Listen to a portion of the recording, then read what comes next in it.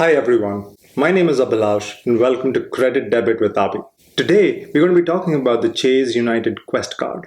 We'll start slightly differently. We'll take a couple of examples of how you can extract value from United miles and United cards. We'll take an example of an economy travel, and we'll also take an example of business travel. Then we'll dive into some of the nuances of the card and who it is meant for. Without further ado, let's dive in. Now let's take the example of economy travel booked through United. So we go to the United.com webpage and we're looking for flights from New York to Barcelona. The critical thing here is sign into your United account. If you don't have one, you can sign up for free.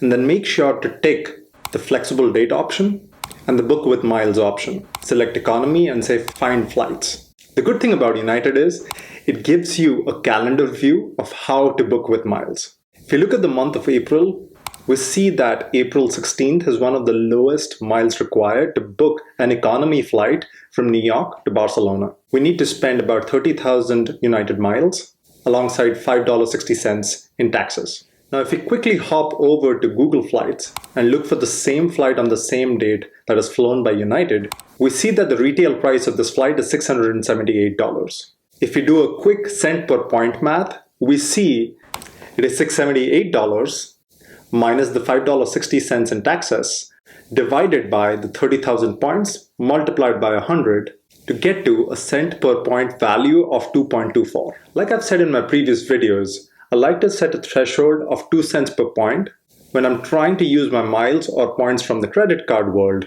for booking travel. And with this economy fare, we are able to hit that 2 cent per point mark. Now let's move to the example of a business flight. If we go to United.com again, and look for flight options from Houston to Japan. And obviously I've done some research before filming this video. And I would argue that to find right value, you'll have to do your own research as well. Coming back to the example, if we look at options from Houston to Tokyo in the month of August, we'll see that there is a sweet spot on the 2nd of August where we need to spend about 70,000 miles and $5.60 in taxes to be able to book business from Houston to Tokyo. Like the previous example, if we hop over to Google Flights and check for the same schedule, we'll see that the flight is priced at $6,139. If we do the cent per point calculation here, it's going to be $6,139 minus the $5.60 in taxes, divided by the 70,000 points that you would have to spend to book the flight. This nets out to about 8.7 cents per point, which is about 4.5 times the value threshold that I like to have. Now with those examples out of the way, let's dive into what this card is all about. Something I forgot to mention before, the miles redemption option that I showed in this video may not be available when you go online and check for them. And before we dive into the intro offer on this card, if you like this format, please like and subscribe. If you go to chase.com and look for the intro offer on the Chase United Quest card, you will see that you can get up to 60,000 bonus miles and 500 premier qualifying points after spending $4,000 in the first 3 months of having the card. This is as of recording the video in early February. I applied for and got approved for the Chase United Quest card in the beginning of January 2022. I had 2 reasons for getting the card. The first was to get status with United and maintain that status because I had a couple of trips coming up where I could use my status to get upgraded on United flights, especially for the long haul ones. We'll get into this when we talk about the benefits of the card, but with this card, you can get 500 PQPs every time you spend up to $12,000 on the card. I had quite a lot of travel back to India, which is a long haul flight, and United flies directly to India, and so it would have been very helpful to get status and potentially get upgrades on those flights. The second reason I wanted to get the United Quest card was that the card actually opens up award availability, and so you could use your miles, the bonus miles that you earn, to actually book United flights. And this was going to come in handy for some of the trips I had planned. Since this is a Chase co-branded card, one has to remember the 524 rule. Now, if you do not know what the Chase 524 rule is, it basically says that if you've had 5 or more credit cards in the last 24 months, you actually don't qualify for a Chase credit card.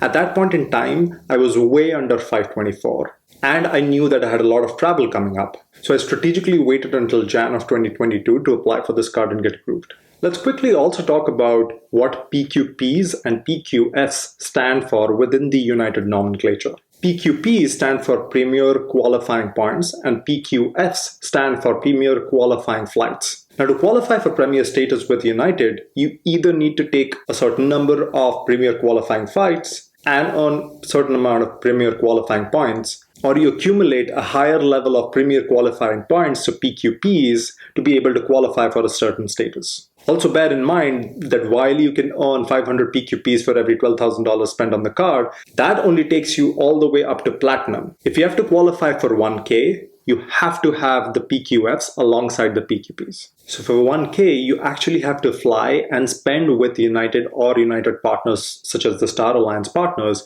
to be able to qualify for the 1K using only PQPs. I know that sounds a little complicated, but let's take an example. If you go to the United website, if you look at qualifying for Premier Platinum, you have to do 36 PQFs combined with 12,000 PQPs, or get 15,000 PQPs in totality to be able to qualify for Platinum. Now, if you wanted to get to the 15,000 PQPs, you can theoretically actually get 6,000 PQPs, which is the upper limit of what you can get from the United Quest card, and then fly with United to be able to accumulate the other 9,000 PQPs, in effect qualifying for Platinum. This is exactly what I did last year. When it comes to 1K, the United card PQPs actually don't add up to the overall PQPs to help you qualify for the 1K status. So to qualify only using PQPs at a 1K level, you'll have to just fly and spend through United. If you're interested in learning more about how PQFs and PQPs are calculated for United and for some of the other airlines, let me know in the comment section below, and I'll make videos that explain this in a little more detail. Now let's talk about some of the benefits of the card. If you use this card to book a United flight, you'll get a $125 credit back into your United credit card statement. You get 2 5,000-mile awards after you book a United award flight through United.com. And this comes in really handy, especially if you do not have status with United, because it does offer you free first and second check bag. The first check bag can cost you up to $35, and the second check bag can cost you up to $45.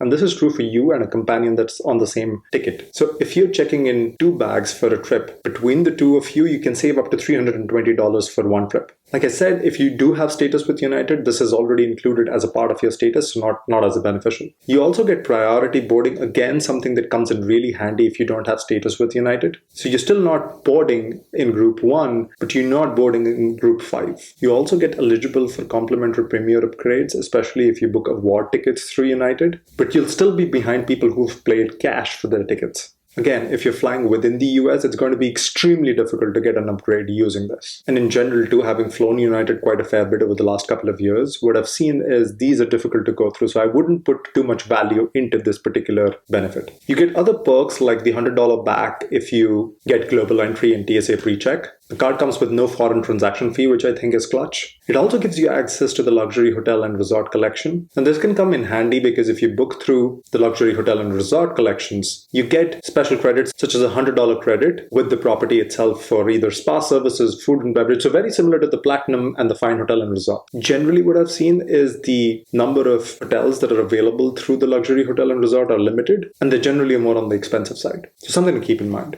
Now let's look at the value of this card. So the annual fee of this card is steep at $250. If you fly United twice in a year, you can actually come out positive with this card. So the first time you book a United flight using your credit card and pay cash for it, you get a $125 credit back. And then the second time you fly, if you do an award flight, you can get up to 2 5,000-mile awards. And as we've seen with our previous example, that can be valued at least 2 cents per point. You're looking at 10,000 miles at 2 cents per point, so roughly $200. Now, if you add the 125 with the $200, you're looking at about $325 in value. That against the $250 annual fee gives you a net fee of plus $75. And this isn't accounting for all the other perks that come with the card. You can attach value to it as you see fit. But for me, since I was flying a lot of United in the last couple of years, it made a ton of sense.